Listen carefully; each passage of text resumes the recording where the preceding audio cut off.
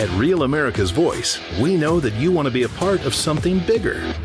That's why we've teamed up with AMAC, the Association of Mature American Citizens, to build a real community of folks who care about faith and our country's future. There is no force on earth that can stop us from saving our country. Want to be a part of this movement? It's easy.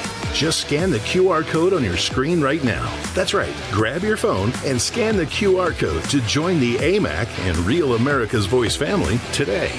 By scanning the QR code, you'll unlock exclusive content, connect with like-minded Americans, and be first in line for events that celebrate our shared values. So don't wait. Scan the QR code. Join us today and become part of a community that stands for faith, family, and freedom. Real rights, they come from God. With AMAC and Real America's Voice. Go ahead. Scan the QR code now.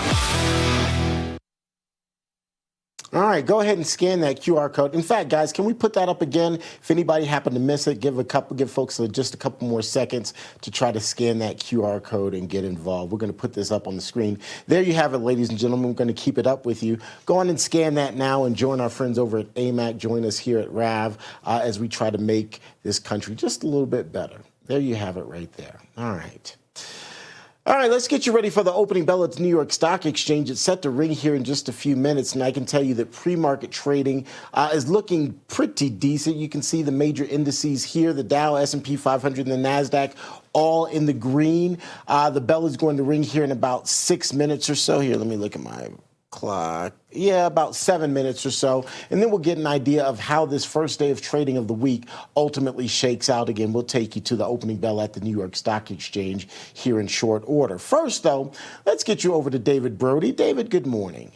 Good morning, C. Bates. All right, time now for our daily dose of dollars and common sense. We've got American Sunrise Early Edition host, the guy behind Jake's Takes Substack, Jake Novak. Jake, Look, we understand you're shopping exclusively at 7-Eleven. We understand that. And also apparently at Gus's Pickles down in New York this year. But for everyone else who are the hot retailers, or I should say who are the hot retailers for this Christmas season so far? I mean, Gus Pickles tops my list, obviously. Carnegie Deli. I say Carnegie Deli. I'm sorry, Katz Delicatessen, not Carnegie Deli. But what about you?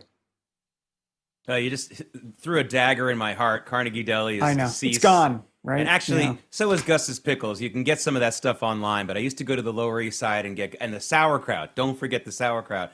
These are the places I shop. By the way, when I give gifts, they're good, but you got to open them quickly or they start to, go bad. But all kidding aside, they say sometimes when some companies are doing well and others aren't, they call it a stock picker's market. Well, it's a retail picker. There are some retailers that are doing really well so far. The first one I'm going to say is Walmart.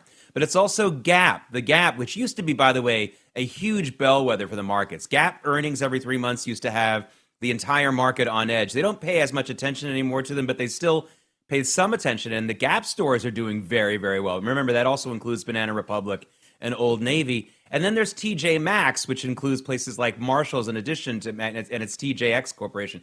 They're doing really well, those three. And so to say that we're having a weaker, people aren't spending as much, it's not true. It just depends on what store you're going to. Meanwhile, the losers are places like Target, and they're having a hard time. That we've talked about, too.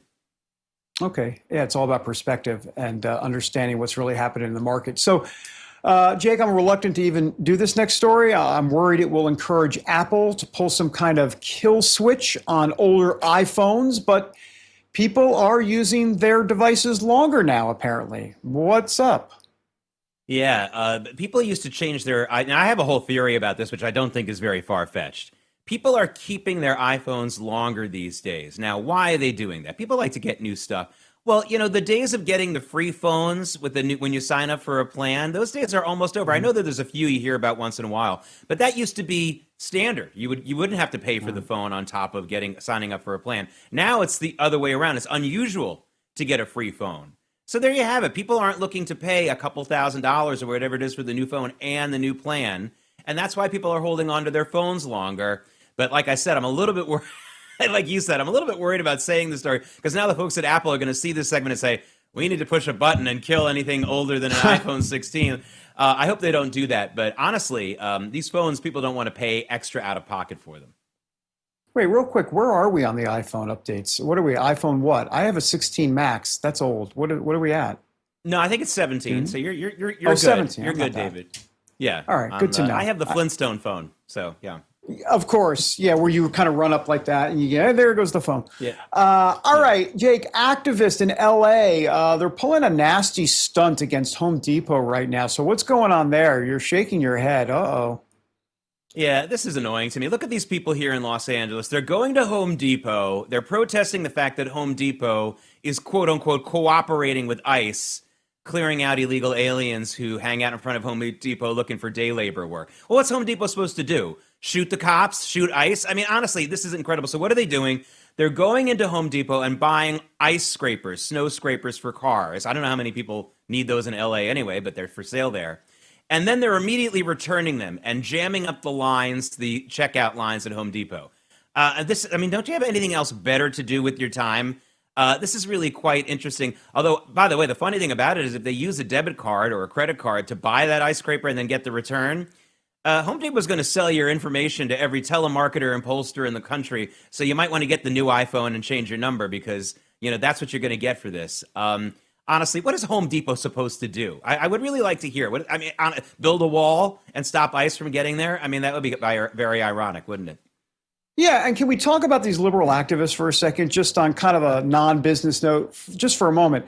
Or maybe it's a business note to a degree. But what do they think they're really accomplishing? So they're going to tie up the return line. And so let's say just, whatever, Betty from Peoria is in the return line who doesn't give a crap about any of this type of stuff.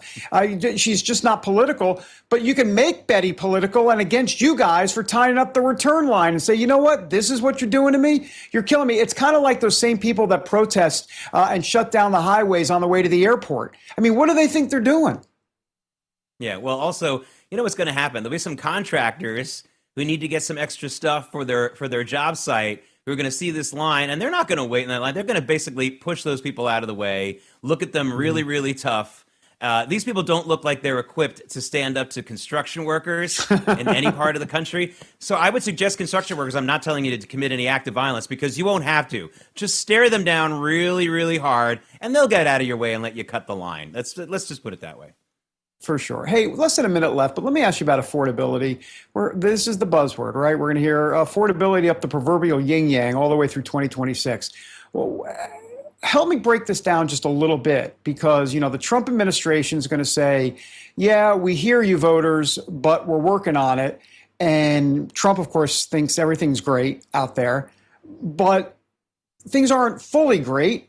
So how do you see it? Like, what is this spin on both sides, or what's the reality? And I got 30 seconds because I asked a long-winded question. No, look, folks. Anytime you're talking about the price of anything, there are only two words to talk about: supply and demand. If you want something, then your demand won't go down for it necessarily. We must increase supply, and that's it. Period. We need more of it if it's too expensive. And we can do a lot by killing regulations and getting that supply chain going and making more things. That's it. That's all I want to talk about. Everything else is politics and nonsense. Jake Novak, great to have you. Too bad I didn't get an EV question in. I was trying to, that would ruin your day though. I know. Maybe. All right, time for T-Bates in Denver. He's got the opening bell at the New York Stock Exchange, sponsored by AMAC. The Association of Mature American Citizens is the conservative voice for Americans 50 and older. AMAC is fighting for the values that you hold dear. Join today. Together, we can write the course of America. We're getting you ready for the opening bell at the New York Stock Exchange. You're going to start hearing the applause here in short order, and then we'll get you ready for the opening bell, which will follow. There you have it. The applause is underway, which means the opening bell is quite literally just a few seconds away. XZO, is at the podium this morning. The markets are now officially open, ladies and gentlemen. You hear the opening bell, which means that there is a rush of activity on the floor of the New York Stock Exchange as those first trades are now in. And look at that. So far, so good to start this trade week. The Dow, S&P 500, the Dow, S&P 500, and the NASDAQ are all in the green. The bottom half of our board, however, not looking so good. That's in the red. But for those of you who are trading on the major indices here in the country, hopefully things are starting off on a positive note for you, and hopefully they will end on an even more positive note. In the meantime, it is the one time of year that the Birch Gold Group gives away free gold with every qualifying purchase. For Black Friday, when you convert an existing IRA or a 401k into a tax-sheltered IRA in gold, the Birch Gold Group will send you free gold to your home for every $20,000 it's purchased. Gold started off this year around $2,600 an ounce, and by October, it was over $4,000 an ounce.